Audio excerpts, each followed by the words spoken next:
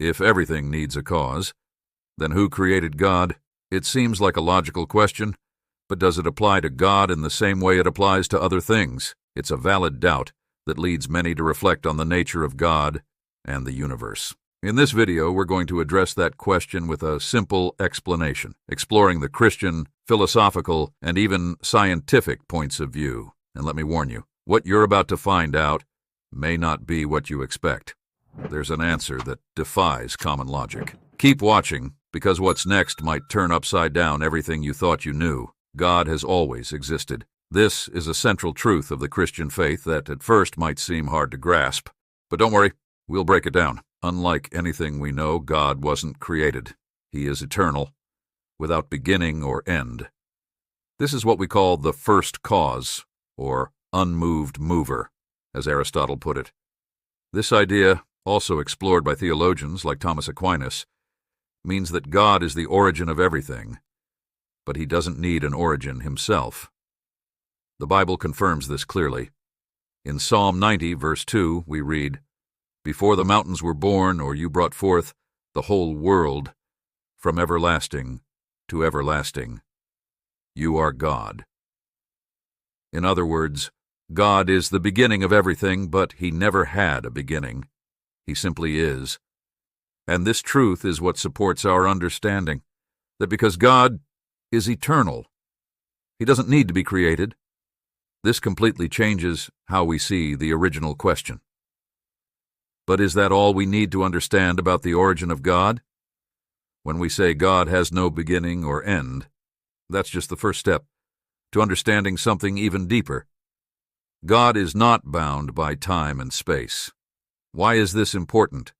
Because everything else in creation, the universe, the earth, us, is limited by those two things. But with God, it's different. He's not part of creation, he transcends it. Now, we need to address something that might cause confusion for some. Many of you believe, based on the Bible, in the story of Adam and Eve and the creation of the world in 6 days, as described in Genesis. This is the creationist view, where God directly creates the universe. On the other hand, modern science talks about the Big Bang, which is believed to be the starting point of everything that exists in the universe: space, time, stars, planets. It may seem like these two views are in conflict, but hold on. I'll explain how they fit together. The Big Bang theory for science is the moment when everything began to exist. It's an explanation for the start of the universe involving physical laws, time, and space. However, the Big Bang doesn't explain by itself what or who caused this beginning, and this is exactly where the Christian view makes sense. We believe that God is the creator of all things, and that includes the moment the universe began. For us, God is the cause of everything, whether you're looking through the lens of science or faith. So, the Big Bang, from a scientific view, can be seen as the moment when God brought everything into existence. While science focuses on how things came to be, faith shows us the who behind it all. See the nuance? We don't have to see these two ideas as enemies, but as complementary. Science explains the physical laws of the universe, but it's God who set everything in motion. This helps us understand that no matter the method by which the universe was created, whether by God's direct word, as in the creationist view, or through processes that science tries to understand, the most important thing is that God is beyond time and space. He created all things and is responsible for putting everything in motion, whether instantly, as in the Genesis account, or through processes science seeks to explain. This understanding makes us see the greatness of God in an even more powerful way. He not only created the universe, but did so in a way that goes beyond what we can fully comprehend. When we understand that God transcends time and space, this leads us to another essential idea. Everything that begins to exist needs a cause. And this brings us to the Kalam cosmological argument, which offers a rational and philosophical explanation for the origin of the universe and the existence of God. The principle is simple. Everything that had a beginning needs a cause. The universe, for example, had a beginning, and this is something both science and faith agree on. Whether through the Big Bang or divine creation, the universe wasn't always here, so something or someone must have started it. And that something can't be part of the universe because it would have to exist before time and space itself. That someone is God. Unlike the universe, which began to exist, God never had a beginning. He is eternal, and therefore doesn't need a cause. This is the strength of the Kalam cosmological argument. It shows us that if everything that begins to exist needs a cause, the only explanation for the existence of the universe is an uncreated cause. God. He is the source of everything without needing an origin. The interesting thing about this argument is that it doesn't rely solely on faith. It's supported by logic. The universe, with all its complexity, couldn't have just come from nothing. So, this uncaused cause is God. He's the one who sustains the existence of everything, giving us a much deeper and rational view of our faith. Okay? So now that we understand the universe needs a cause and that this cause is God, there's a philosophical question.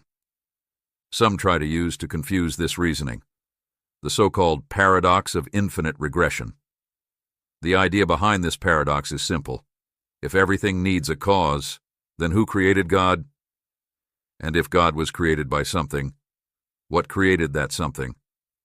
This could lead us into an infinite chain of causes, never reaching a final point. But here's the crucial point. This infinite chain is impossible. Logic tells us that at some point, there must be a primary cause, an origin that doesn't depend on anything else. And that origin is God. He is the unmoved mover, as we explained at the beginning of the video, the starting point of all creation. This is why the idea of who created God doesn't make sense. God isn't part of this sequence of causes. He's outside of it. He is the beginning of everything. This idea also directly connects with the doctrine of God's aseity. What does aseity mean? Simply that God exists in and of himself. He is self-existent, not dependent on anything or anyone for his existence.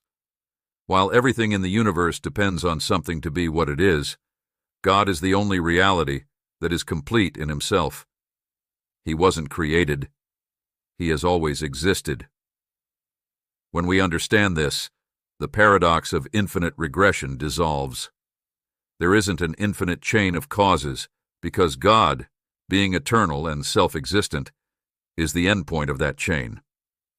He is the foundation of everything that exists. This concept allows us to understand with even more depth the greatness of God and the logic behind our faith. Friends, it's so good to talk about God, and when we talk about God, we face something beyond our understanding. We're limited by time and space, while God is infinite. The Bible reminds us in Isaiah 55, 8-9, that God's thoughts are far above ours. This teaches us that no matter how much we seek rational answers, there will always be a mystery that can only be understood by faith. The philosopher Kierkegaard spoke of the leap of faith, which is exactly that trust in something beyond reason. Accepting the mystery of God doesn't weaken our faith. It strengthens it. After all, we can't understand everything, but we can trust the Creator who is beyond our understanding. Now I want to leave you with a message for making it this far. Understanding who God is, even partially, strengthens our faith and gives us confidence. Knowing that He is eternal, unchanging, and always present, brings us peace amidst life's many problems. God, in His infinite wisdom, created us with a purpose, and that purpose is greater than anything we can imagine. So, even if we don't always understand everything, we can trust that He is in control of every detail of our lives. Believe that. Trust in the God who has always been and always will be with you. No matter how many mistakes you've made God knows you, He loves you, and He has a perfect plan for you. Because everything God does is perfect. God bless you and your family.